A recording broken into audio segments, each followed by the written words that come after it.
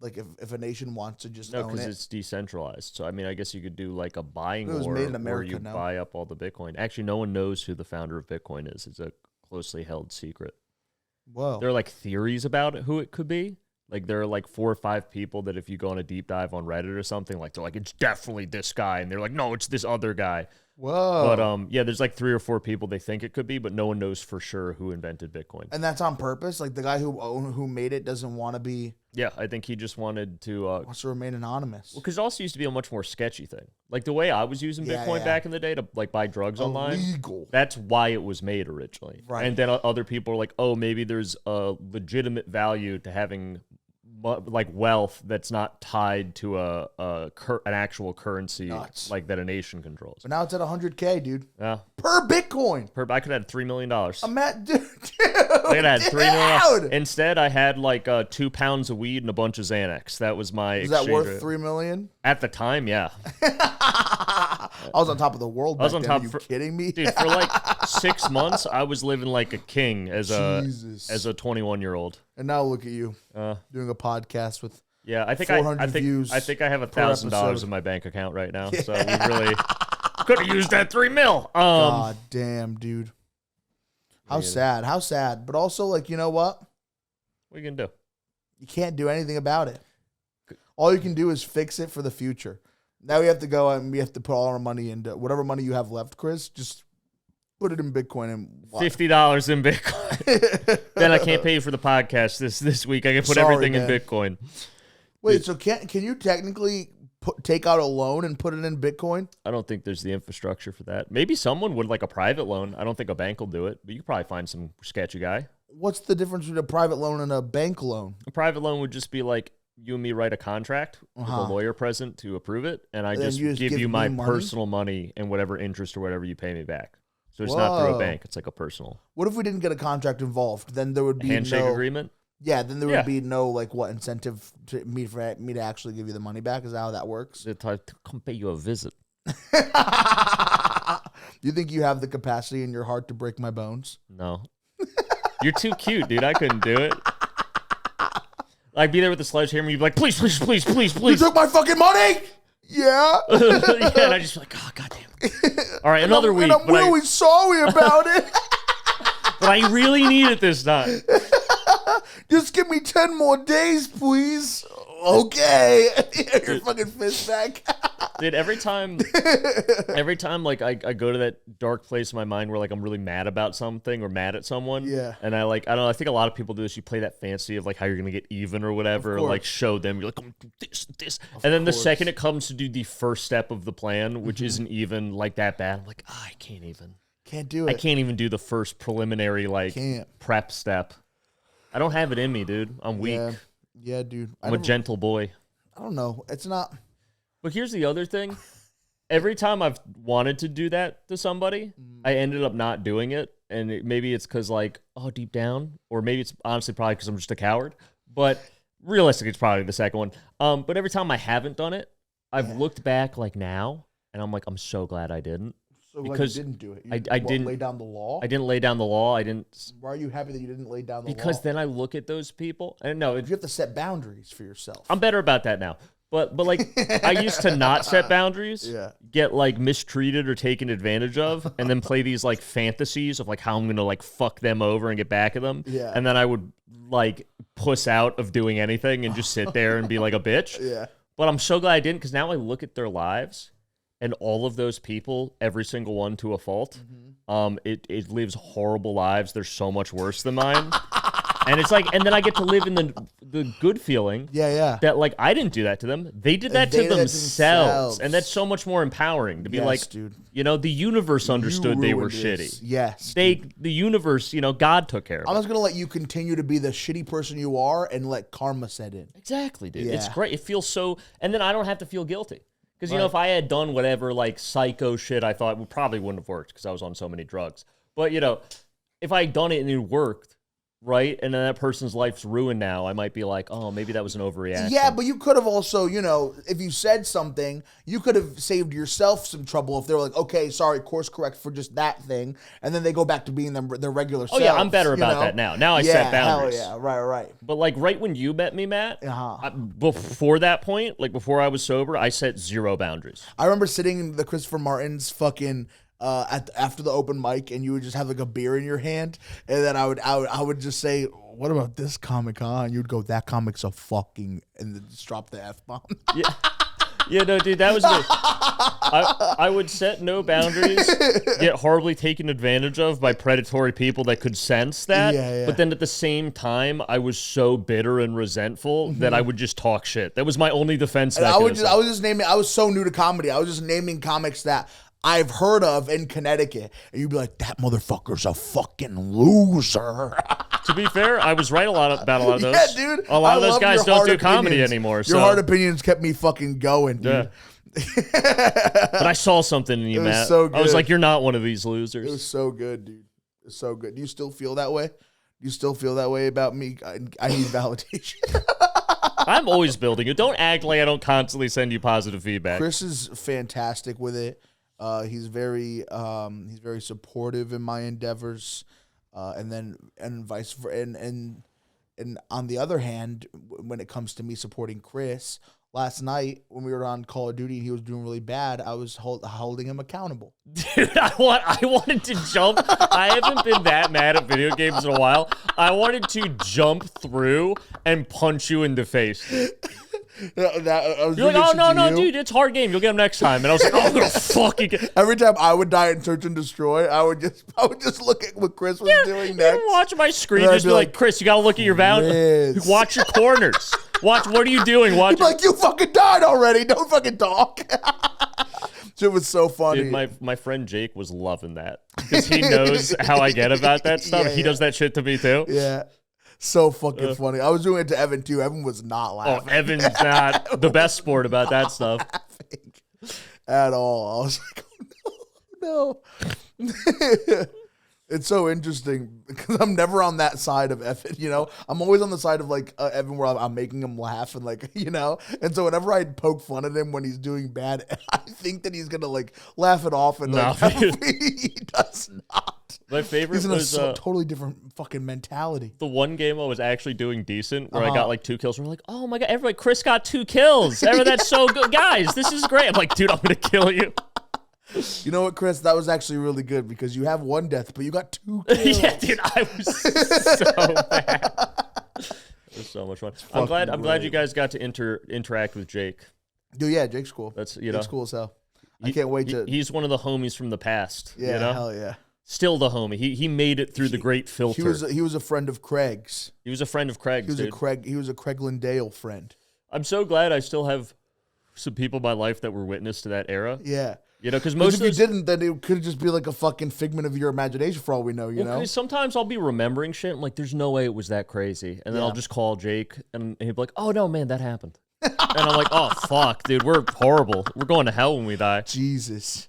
Yeah. He confirmed that it's very likely that Craig just doesn't want to talk to you guys anymore. No, that's our theory. Is because, like, as some of you have heard in if you haven't, go back to the Craig episode, there was this half Vietnamese, half German kid with a lisp and diabetes. What a combo. That I won't say his real name, but we decided to name him Craig. Yeah. And then we just called him that for years.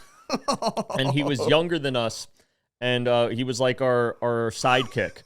And we really abused this kid, and we thought it was funny at the time. In retrospect, I feel very bad about it. But and then he went to like his first year of college, and then he came home, and we were hanging out with him that summer. And I think just the stark contrast of he was probably like well treated and kind of cool in college because he was a cool guy. Like he was probably like had like a cool friend group and everyone like appreciated him. Yeah. And then he came back for 2 months to us just be like, Craig, get the fucking beers. Get the fucking beers. I'm starving. He's like, I don't have to deal with this. I don't. I'm going back. I'm going back to New Hampshire, and I'm fucking bitches. I don't have to deal with you incels anymore. Dude, Craig fucking bitches in New Hampshire is crazy. But dude, I asked everybody. I even reached out to guys that like, because I've discussed the great filter of when I got sober. There's like a few people like Jake who you met that also got their life together that like I still keep in contact with. Yeah. But like 90% of those people I don't talk to anymore because they're just fucking still out there being degenerates. Which praying for you. Yeah. But I even reached out to some of those people, just be like, hey, have you heard from Craig? And everyone's like, I haven't heard from him in like 4 years, 5 years. Dude, maybe, but also maybe Craig doesn't even blame you guys. Maybe that was a dark part of Craig's life, you know? Yeah. And he had to find a group of people that would get him through that part of his life. Maybe he got better before we did, and he did what I did to those other people. Yeah, and I was on the receiving end. Yeah, you know, honestly, maybe you haven't heard of him because he's still in that process of like needing to heal, and so he's just like giving everybody space that's well needed. You know. You know, I'm gonna do a documentary where I go find Craig. Dude, you should. Finding Craig. And I do my AA amends to him, and that's the culmination of the documentary. That's not the only person that I've heard like people doing shit like that with. You know who I remember when I told you that I had a group of kids in high school that I would hang out with that kind of reminded me of like how you are, where it's like they knew hellbenders and shit like that. Remember when I told you that? Yeah. That same group of kids back in high school had this Asian friend. And it's always an Asian kid. Dude, he was in band with them and shit. And then he would also have like two names. He had his actual name and then whatever his friend group called him. And it's like just so fucking like his friends would call him Steven, I think, or some shit like that. But his real name was like an Asian last name and shit. Or it's the best to give someone a nickname that is just another normal name. Yeah, you know what I mean? It's like it's not like a fun one. You know, like something about them. I don't know. I can't think of a fun nickname with that, but you know what I mean? Yeah, I don't know. Because it's just disrespectful. You know what I mean? It's like you know, like if I start calling you, gave you because they love you so much. Fuck that name. Like, you know, I don't know if you did something at a party and then we all called you like Tornado and it was a reference to like the part. That's like a fun nickname. Yeah, hell but me, just like, I really like Matt. Your name's Bob now. Like, that's just a disrespectful ass thing to do. It's dehumanizing. It's like you're not a person. Oh, dude. You're just a canvas. Also, Jake reminded me today, he was texting me of, I don't think I've ever talked about this that much on the podcast, but me and him back when we were both not sober, we used to make all our money working at this place called Genoa Deli, dude. Okay, Have I ever told you about Genoa Deli, dude? I think we've talked about it recently, Genoa Deli fucking rules. Fuck. I probably shouldn't even say the name. I won't say where it is. Genoa? Yeah, I won't say where it is. There's a lot of Genoa Delis. Like salami. Salami. I've looked. There's a lot, so I won't say the real one I'm talking about. But if you know me, you know where it is. But actually, Ish Gupta. Shouts out Ish Gupta, friend of the pod, funny comic. He sent me a picture. He got a sandwich there. Oh, shit. And he was like, I was asking about you. No one here knew you. What were you doing there? Were you also cutting meats and shit? So what I did at Genoa Deli is I was a pizza delivery guy. This was prime loser, Chris. Like I was... a deli was doing delivery pizzas? Yeah, I was... Okay. I was commuting to... I was commuting to UConn. It was my last year at UConn, so I was commuting to UConn. And I was taking pills every day and then delivering pizzas while on pills. And it was... Shit. And I would just be like nodding off in the corner and the boss would just come in and be like, buddy, what are you doing? You got time to lean. You got time to clean. What are you doing? What are you doing? Yeah. And I was like, oh, sorry. Yeah, I was just, I got to deliver pizza. I actually got in a horrible car accident working there. Yeah. Clearly because I was stoned. Were you were in their car or your car? My car. Okay. So what had happened is I as I would do back then, allegedly, I would go. I went in my car in the parking lot before a delivery. I was always late because I had a dab rig in my center console. So I opened the center console. I took out, hit it with the torch, like heated it up, and did a massive dab in the car. And there's for like a solid for like a solid 10 minutes before I left on the delivery that was 5 minutes away. And then I let it cool down. I put it back in the center console. And then I was like, oh, fuck, that was a bigger dab than I meant to do. Like, I'm fucked right now. But I was like, I got to get to the delivery. So I turn on the Joe Rogan experience because I'm like, Joe Rogan's going to get me through this. The JRE going to save me. The JRE going to save me, dude. Joe's going to talk me through this, dude. And so I'm driving. Okay, I'm going to the delivery. I got this. And I was so stoned that a car stopped clearly with, like, they had their left turn signal and they came to a complete stop. I had like 30 feet to stop, and I was just like, oh, I should brake. And then I braked the last second, slammed into the back of them, and just like destroyed the front of my car. Like completely They get totaled. out? Who was it? Well, no, so they get out and I get out, right? Because that's what you do. And Is it a man, a woman? it was a pickup truck. Okay. And the truck's fine because it's a pickup truck. You know, it just like destroyed the front of my car. The pickup truck has like a dent. The guy gets out, starts yelling at me. Yeah. Understandably. I fucked up. Like, this is not like, oh, he was a dick. And I just got out and But you're getting yelled at while high. dude, and I'm clearly so high. And I get out and I'm just like, and dude, Joe Rogan's still playing in the destroyed car. So you can good. still hear Joe Rogan's at max blast, like, Yeah. man, the thing about and I'm just like, hey man, like, my bad, I'm so sorry. And he could just tell I was so pathetic that he's just like, fuck, like, you know, where you couldn't yell at me because I was just like, that was my bad. Yeah. I'm sorry. He could clearly tell I was high, and he's just like, all right, man. And then the police came because they, you know, it happened. Yeah. And he was actually felt bad. He was like, hey, man, I'm sorry. I already called the police before I got out of the car. Right. And it was like kind of implying like, I want to sober up or something. Like he was cool about Absolutely, it. yeah. And I was like, oh, man. And then the police show up. And the police know me because I used to deliver to the police department all the time. Okay. So we were boys. The police knew I was just like the weird stoner kid that was kind of funny and would deliver them pizza. They were. Can you get arrested for driving high? It's a DUI. It is? Yeah. It's intoxication? Mm-hmm. Okay. So they come up to me and they can clear because they know me. Yeah, They know I'm always stoned. Yeah. And they come up to me and I'm clearly fucking high. The car reeks because there's that dab rig in the console. And they just look at me and they look out and they're like, Paraphernalia, right? oh yeah, I should have gone to jail. And this is also, by the way, this is at like 1 in the afternoon on a Wednesday. Yeah. Like it's bright. Like I should not. And the cops get into like, hey Chris, how you doing?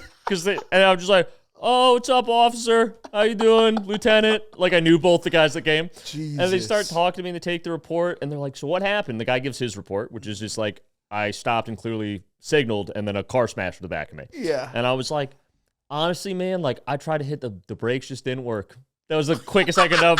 I just like, the brakes just didn't work. And they're like, they looked me up and down and they decided to take pity on me because they were fond of me. And they're like, yeah, sometimes that happens, man. All right, we'll write it up. Get the fuck out and they're like, do you need a ride back to Genoa? And I'm like, oh, dude, that'd be sick. and so we got the car towed. And also, this is the best part. So I crashed my car. Yeah. While this is all happening, my boss calls me. He's like, why aren't you at the delivery? Because this guy's a neurotic Italian Oh, they dude. never got the fucking delivery. And I was like, oh, man, I crashed my car. And he's like, okay, hold on. Where are you? And I tell him where I am. And I'm thinking he's going to come check, make sure if I'm okay. Yeah. Maybe give me a ride back to the deli or whatever. Right. He sends one of the line cooks to come get the bag. The guy just shows up, Do the rest of the gets the delivery? bag out of the back of my car, and Oh is just my like, God. all right, good luck, Chris, and drives away. Fuck. Like, literally, like, your delivery doesn't stop at Genoa Deli. Is that how you got fired or no? No, they knew They what I was. kept you? Yeah. So then the police give me a ride back to Genoa. Yeah. And then one of the cooks just gave me a ride home afterwards. Jesus. Yeah. But you couldn't do any more deliveries that day. No, I was just like, oh, man, dude. So you just hanging out for the rest of the day I at was just Genoa? hanging out. I was stoned in my mind, just stocking the soda. I was just like really slowly like putting Mountain Dew in the cooler. I was like, oh yeah, dude, Whoa, this is Mountain Dew. Mountain Blast, dude, that's the best one, dude. Fucking voltage, just fucking stocking it. Because I'll say all the time, and I've gotten pushback on this. I'll say like everyone outside of the Northeast is dumb. And that's not, and people are like, oh, there's all these good universities and smart people. I'm not saying IQ, you You moron. think New England, America is the best place on earth? Yeah. I That's the most New England shit ever. I love that. Specifically, We need a Disney World up here. Specifically, we have Legoland. Thank you have a very Disney much. We place. have Legoland. That's all we need. This is the clip. So we have. I think if you have a 203 in your phone number, Cool. master race, Master race. God's Can't chosen say people. that. Can't say that at all. Okay. Oh, Yeah. I disagree with the wording, but I Like it goes like New England, 203 is the best. New England, chill, Yeah. great people. 203 master race. New York and pockets in the city, pockets are okay. Yep. Rest of the country, inbred morons. Shithole. Shithole. When Trump's talking about those shithole countries, he's talking about like Ohio, dude. That's what. He's talking about the 860. Yeah. Okay? Listen, I've been to Brooklyn. They're not sending their best and brightest, as Trump would say. These people from the Midwest are like, I came here to do comedy. It's like, how about I punch you in the fucking face? How about that? How about that? Oh, I love that. I've met a lot of nice Midwestern people in comedy. I take that back. I'm sorry. I love that so much. Yeah. New England's the best place on Dude, earth. it's heaven on earth. Every time I travel somewhere like Detroit or fucking like Colorado for comedy, and then I come in and I just see the Stanford skyline. I'm like, almost heaven. Fairfield County. Dude. Everyone's rich and waspy. There's also a couple of Jews. Fuck.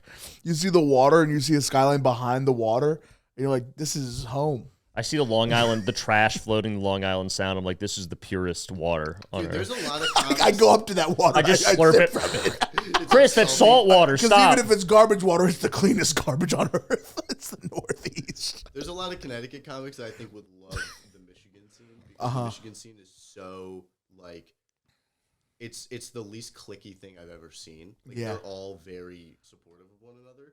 And anytime anyone remotely acts like how a lot of comics here would act, they're like, that guy's a piece of shit. I Fuck. just think that that's so funny. Shit. Sounds like it could body everyone in Michigan. Is what it sounds like. No, remember, kids, niceness is weakness's only tool. I'd love to do hypotheticals in my head of like if you put the best in CT up against the best in Michigan, like how would that work out, whatever the fuck. But then that goes into to actually like you couldn't actually do something like that because everybody would have to agree on who the best in Connecticut comedy is is. also- and everybody in Connecticut's so fucking in their own head that I'm the best. We're the best in Connecticut. Yeah. Comedy is such an individual sport, too. I know, that's I what think shit like, I'm the best in this scene. It's like, listen, I love you, Connecticut. I have no allegiance to the Connecticut scene. Yeah. I have an allegiance to my career. Right. So I don't defend you guys when I'm in other states. I don't talk about how we're the best because we're not. I've been to those open mics. I've been to those local shows. It's rough sometimes. So, it's like, yeah, the best scene is New York City. Everyone can acknowledge that. Yep. And that's just, but the best place on earth, Fairfield County. County, Connecticut. Fairfield County, Colony Connecticut. pizza. You see that 203? You see that 203? No, that's in New Haven. No, there's a colony. Oh, in Colony's in Fairfield. Fairfield. Hell yeah. Mecca Noodle Bar, Fairfield. New Haven County, like very lightly gets a pass because they have New Haven pizza. Correct. But New Haven pizza's in New Haven, which is basically Baghdad. So everyone's like, no, New Haven's nice. Yo, because that makes total sense, dude. That it makes complete sense. Because he thinks the Northeast is like the pinnacle of the world. A place like New Haven is literal Baghdad to Chris. Yeah. Like if there's a little bit of crime in your fucking city, but it's in the best part of the world, that's the most evil part of the world. Yeah, I lived with a girl in New Haven for a little bit, and I was just, every day I woke up and I thought, It was a fucking war zone. do I want my kids to grow up with poor DNA? What's, like, is this a good idea? New Haven's the third world country of Connecticut to Chris. Yeah, it's like, listen, mail order brides are cool, everything, but like, do we have to pick one from New Haven? So fucking I funny. don't think New Haven's that bad. I think It's not bad. It's not bad. I think like, Bridgeport is arguably so much worse. We I don't got the know. best hoods in Fairfield I County. have no dude. idea what the Bridgeport to me difference is so much more like when I'm I don't think Bridgeport's bad. It's really not. Here's what I'll say: the difference between New Haven and Bridgeport. I've spent a lot of time in both cities, so I can speak to this. Yeah. Bridgeport, I've gone to the hoodest of hood places, especially when I was a drug addict. Yeah. No one ever bothered me. It was, I saw some sketchy Correct. shit out of the corner of my eye, Yeah. but it was never like, the crime was criminals on criminals. It was Okay. like gang guys shooting each other over gang turf or beating each other up. Right. No one was robbing me as just like a civilian walking around. Uh-huh. And that's how Bridgeport works. I've talked to a lot of other people in the area. They all say a similar thing about Bridgeport. It's like, yeah, if you're not about that life, no one's bothering you. Right. You might randomly get your car broken into by a crackhead, but that's about the worst it's going to be. Yeah. When I go to New Haven, once you get outside of that little Yale place that looks like Hogwarts, that place is nice. Yeah, the Yale section and the little section where like all the New Haven pizza is, which is right next to it, that's all nice. Right. The other 90% of the city is a active fucking war zone. I have been to Morocco and bazaars not speaking English. I've been in Bangkok. I've been in the slums of Bangkok before. I have never felt more unsafe in my fucking life than on a random Tuesday in the bad part of New Haven. being across from the hospital. Yeah, just driving and you see a guy looking at you, like, Like this guy clearly has a gun because you see the way he's blading. Eye He's- contact in New Haven's the scariest yeah. form of No, living. you know what it is? Because he's not homeless. He's clearly not homeless. Yeah. Clearly has a gun on him. You can tell by the way he's dressed and like he's blading his body so you can't see it. And he's eyeing me up to see if in between the time of this red light turning green, he can take my car. Yeah. And I've never felt that in Bridgeport. I've felt that multiple times in New Haven. I've known multiple people get carjacked in New Haven. New Haven's where all the I've seen many universities are. Yeah, that area is great. The other 90% where all the real New Haven people live, not so much. It's like it's like Mordor out there, where they're in the mines of Moria and they're trying to avoid the goblins. Yeah. That's me every time I go to New Haven, and every once in a while I kick over a bucket by mistake and the Balrog comes. Everyone, that's been the You Should Be Worried podcast. As always, my name's Chris Warren. My name is Matt Lopes. You can follow me at Chris Warren Comedy on Instagram and TikTok. Please feel free to DM me. I get lonely. Please watch the podcast. Like, comment, subscribe on YouTube. You can also follow it You Should Be Worried Pod on Instagram. Follow Matt at Matt Lopes on Instagram and TikTok. He's doing big things. Follow Ben at BennyBoy_28. You can follow for sketches with these two guys and sometimes me, very rarely me. And Jared. Jared's here, other third member of In the Making. You can follow In the Making. ITM on Instagram and Third TikTok. member, you're the third member in the Making ITM on all social media platforms. Just the third one listed. Like any of you could have been No, the go ahead, third keep member. going. What else? No, let Matt blow it out of proportion Yeah. and make us all. No, hate no, each go other. ahead, go ahead. What's next? I think those are all the tags. Those are all your plugs? Oh, I'm in Rhode Island this Friday. If you want to come see me in Rhode Island, that'll be fun. I'm in New Jersey this Thursday. If you want to see me, I'll post about all that probably later today And when this podcast comes out. and Am I missing something? all right, guys, we'll see you next week. Oh, that's what he wanted me to say? I thought he wanted me to plug something. Yeah, what did you want? Yeah, what was that? In the pod.